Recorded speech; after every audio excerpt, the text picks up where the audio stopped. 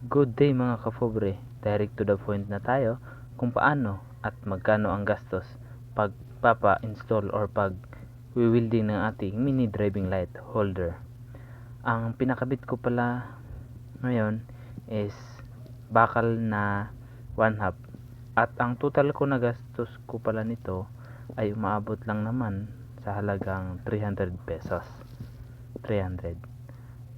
Lahat na kasi kay Kuya welder na materyales at tornilyo, lahat na, at lagayan lang naman ng ilaw ang pinapagawa ko sa kanya para safe. Pwede mo siya ma-adjust at ang kagandahan nito ay very comfortable or maganda talaga siya tingnan. At ang gusto ko dito sa bakal is nakamura pa ako at pininturahan ko na lang siya para hindi siya mabilis kalawangin. Kasi yung tubo na bakal, minsan pag hindi mo agad na pinturahan, kinakalawang yan. Tubo na to. 1/2 pala ang gamit ko na tubo nito mga kapobre. At ang dislike ko lang naman din dito is yun nga, katagalan, kinakalawang talaga yung tubo na bakal pag hindi mo siya pininturahan agad.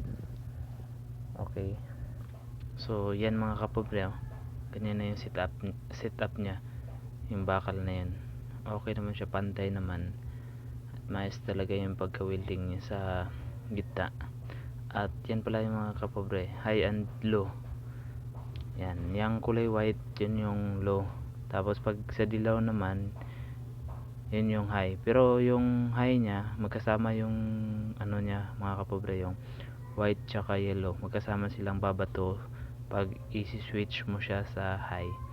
Sobrang liwanag yan sa gabi, lalo na pag akit ka ng bundok or mga madidilim na parte.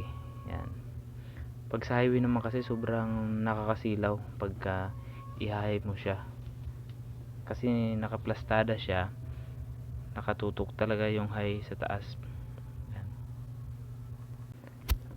At pag sa stainless na 1/2 naman tayo, ay may kamahalan lang talaga siya, kunti lang naman. At ang like or nagustuhan ko talaga sa stainless, pag yun yung ikakabit natin dito, is maganda siya, quality yung steel at di kinakalawang, malinis at makintab tingnan. At ang dislike ko lang naman sa stainless is mabilis malaglag or luluwag ang tornilyo pag steel gamit, at di mabilis kumapit ang pintura pag pininturahan mo. At kunting tips lang mga kapobre, pag steel ang papakabit nyo na holder, dapat diretso na kayo sa mga nagwi-welding or steel shop talaga mismo. Kasi minsan mahirap maghanap ng steel na tubo, lalo na maliit na sukat lang ang kailangan natin. At nasa sa inyo na po yan mga kapobre, kung anong gusto nyo, bakal ba or steel. Depende na lang siguro sa budget. At yun lang ang maishishare ko sa inyo, kunting tips, experience. Ingat po kayo, maraming salamat po, bye bye.